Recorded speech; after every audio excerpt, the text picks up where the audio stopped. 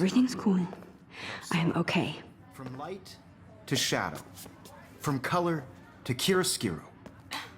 Now, can you give me an example of a photographer who perfectly captured the human condition in black I and didn't white? fall asleep, and that sure didn't feel like a dream. Bueller? Weird. Diane Arbus. There you go, Victoria. Why Arbus? Because of her images of hopeless faces, you feel like totally haunted Look at this crap.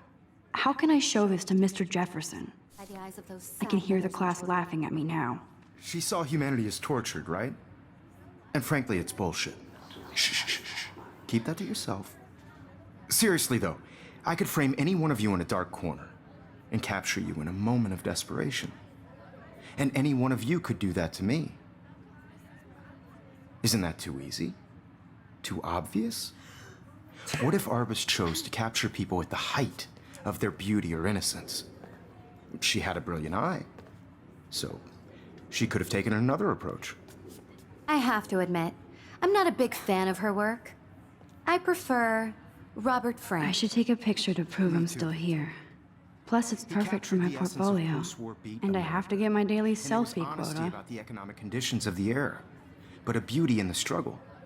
You don't have beauty without a beat, which explains why Frank was Kerouac's photographic muse, and both were the great chroniclers of the 1950s. Well, we've all seen that iconic shot of Kerouac on the balcony.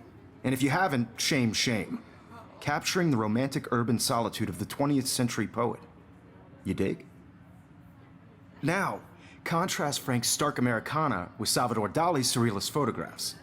Like Cocteau, he was a true Renaissance man, and his famous self-portraits are famous early examples of that truly awful word you pesky kids love so much, the selfie.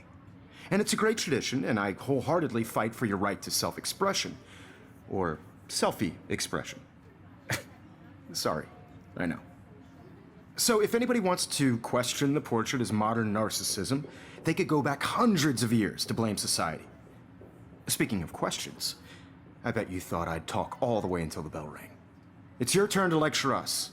Now, based on the chapters I have no doubt you all memorized, who can tell me the name of the actual process that led to the birth of the self-portrait?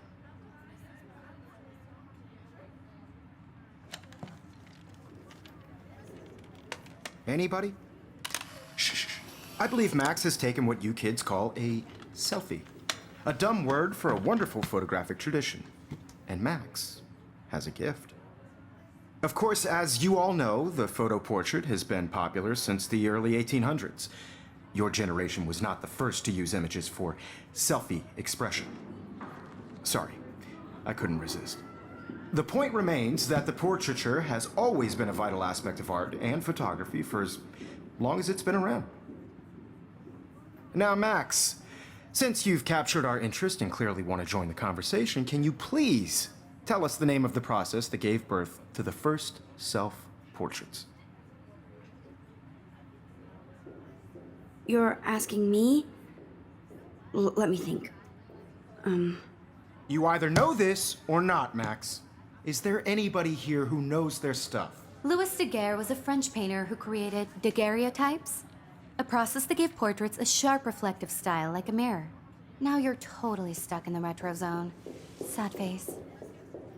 Very good, Victoria. The Daguerrean process brought out fine detail in people's faces, making them extremely popular from the 1800s onward. The first American daguerreotype self-portrait was done by Robert Cornelius. You can find out all about him in your textbook, or even online.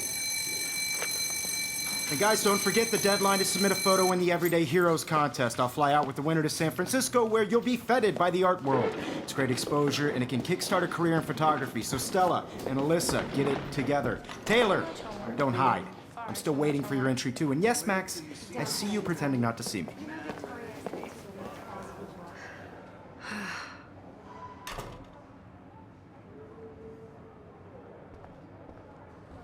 Yes, Victoria. Victoria doesn't waste a second kissing ass. Even if you're submitting your photo for the competition, everybody in class is turning in a photo. So, you see the dilemma? I know, Mr. Jefferson. I just worked so hard in the shot, and I'm sure you know what it's like to be...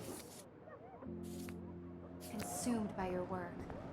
I just really think Everyday Heroes is an important cultural event, and I want to represent Blackwell Academy. You have just by participating. I should have known. She'll have better equipment than Blackwell. Damn, they have carbon fiber tripods here.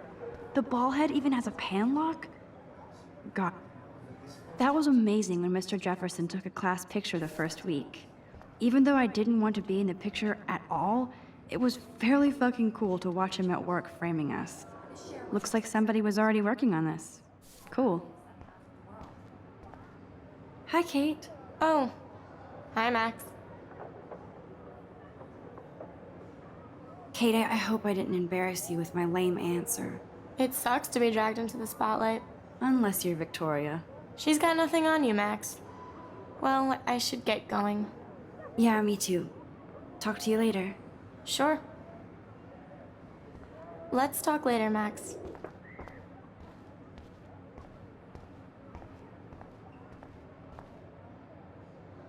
You can never escape the lighthouse here.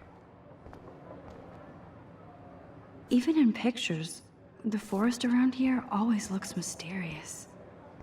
Man, he even has the best plasma HDTV for a class monitor. Can't wait to watch some more documentaries on this bad boy. Excuse me, Mr. Jefferson, can I talk to you for a moment? Yes. Excuse you. No, Victoria. Excuse us. I'd never let one of photography's future stars avoid handing in her picture. Do I have to? I just don't think it's that big a deal. Max, you're a better photographer than a liar.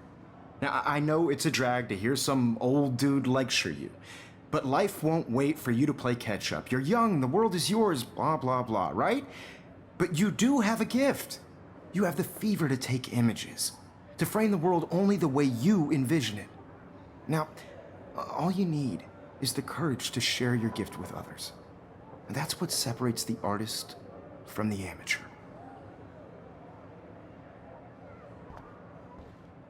This is ridiculous. I always get so shy and nervous around Mr. Jefferson.